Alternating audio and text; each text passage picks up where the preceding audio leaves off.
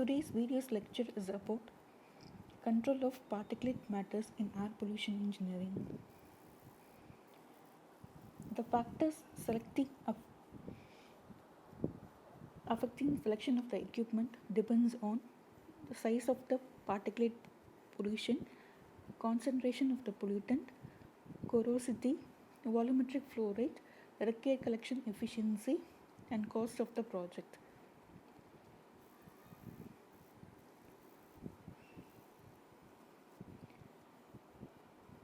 Particulate emission control by mechanical separation. So the basic mechanism of removing particulate matter from the gas stream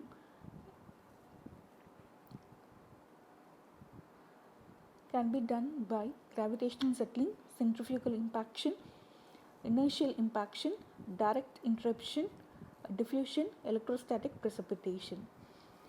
Equipment presently available will make use of one or more of the above mechanism fall into the following broad categories.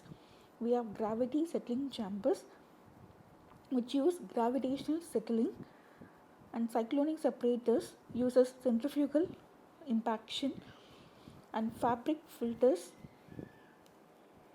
So they have inertial impaction and direct interception, and electrostatic precipitator like electrostatic precipitation, and wet collectors uses diffusion mechanisms to remove particulate from the air.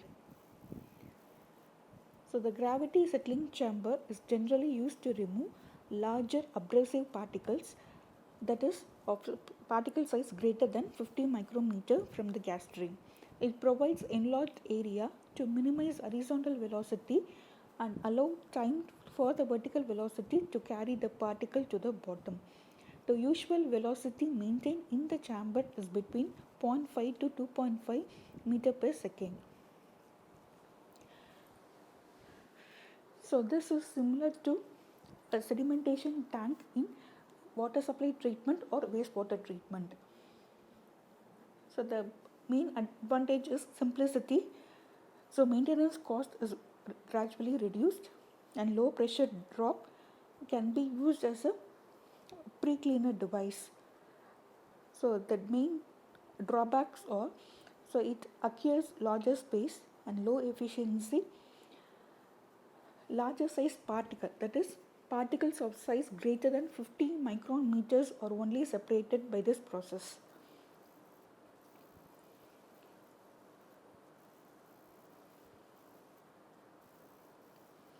So next we have cyclone separators.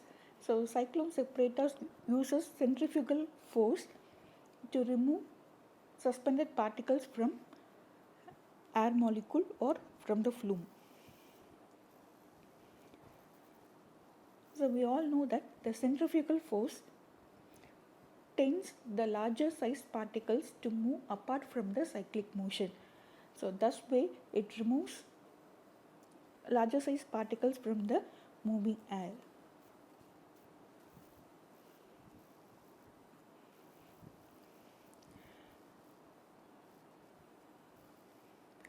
So here we can see the larger size particles are on the periphery of the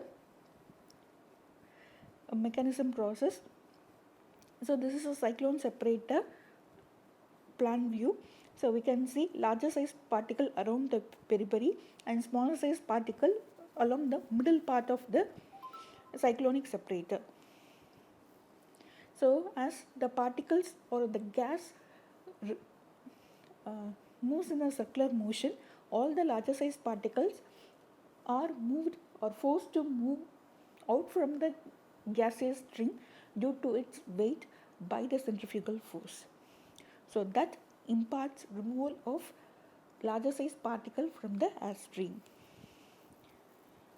So the major advantage is they are relatively inexpensive, simple to design and maintain, requires less floor area, low to moderate pressure drop, no moving parts, continuous disposal of solid particulates. The main disadvantages are low collection efficiency for particles below 5 to 10 micrometer, requires much headroom, operation problem, sensitive to variable dust loading and flow rates.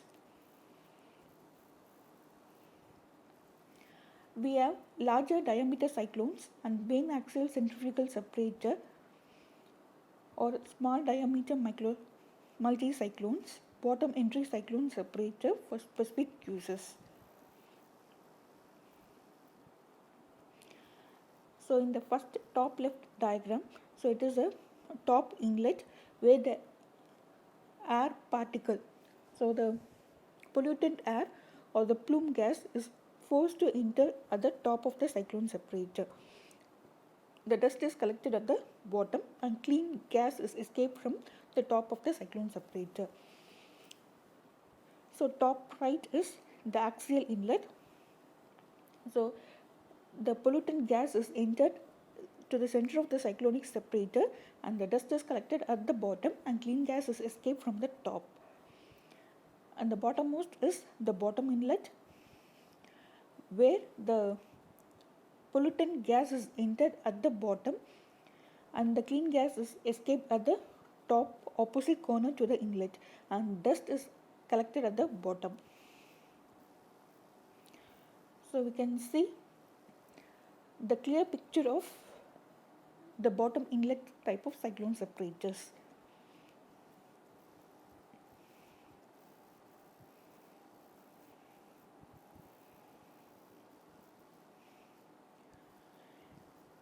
So we have a series combination of cyclones where the centrifugal force can be changed so that different size of particles separate in seriously connected different cyclone separators. Next, we see the fabric filter or baghouse. So here we can see the horizontal strips are called as filter bags and the dirty air is entered in perpendicular direction to the filter bags. So here the simple filter mechanism occurs. So these filters are made of fabric material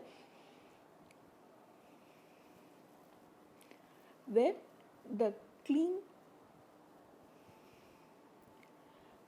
gas is passed through the top, whereas all the dust particles are collected in the filter bags.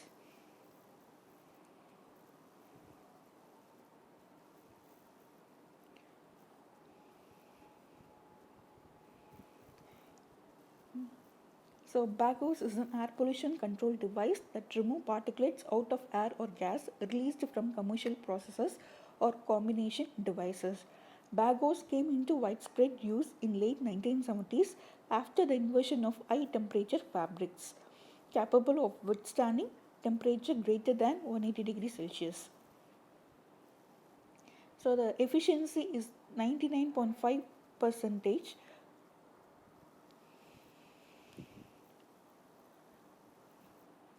So the mechanism of dust collection, inertial collection. Dust particles strike the fibers placed perpendicular to the gas flow direction, and then interception. Particles that do not cross the fluid streamlines come in contact with the fibers caused because of the fiber size. Submicrometer particles are diffused, increasing the probability of contact between the particles and the collecting surfaces. Electrostatic forces. The presence of an electrostatic charge on the particle and the filter can increase dust capture. Charged fabrics are in market for this purpose. The combination of these mechanisms results in the formation of dust cake on the filter, which eventually increase the resistance to the gas flow. The filter must be cleaned then periodically. So we can see different materials of fiber having different characteristics. For example, if we take cotton, so this can survive up to a temperature of 70 to 90 degrees Celsius to a maximum of 80. So it withstands acid poor, as we all know. Cotton shreds off in acid, and alkali, it is so fair with the alkali. So we have glass, so which can withstand 260 to 370 degrees Celsius, is excellent again acid and alkali. So depending on the concentration of the pollutant gas, we can choose different type of fiber material. Usually these uh, fiber gases or electrostatic precipitators are used for commercial or industrial pollutant cleaners.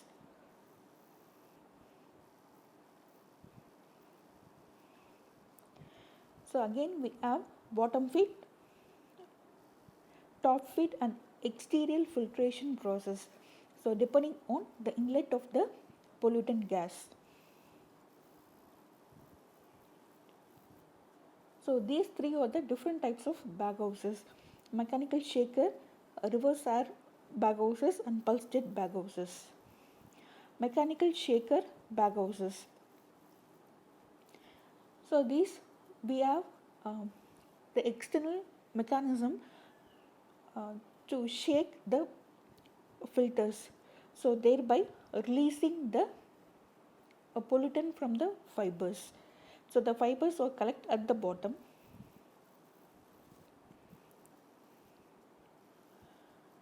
So the main advantages are have high collection efficiency for respirable dust, can use strong oven bags which can withstand intensified cleaning cycle to reduce residual dust buildup. Simple to operate, have low pressure drop of equivalent collection efficiencies. Disadvantage, have low air to cloth ratio, cannot be used in high temperature, require larger space and need larger number of filter bags. Reverse air baghouses.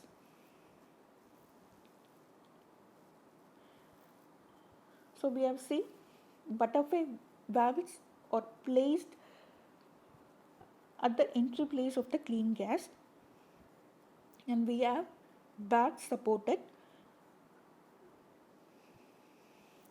So here the dirty gas or pollutant gas is fed from the bottom, so it passes through the filter area and then the clean gas is collected at the top right corner.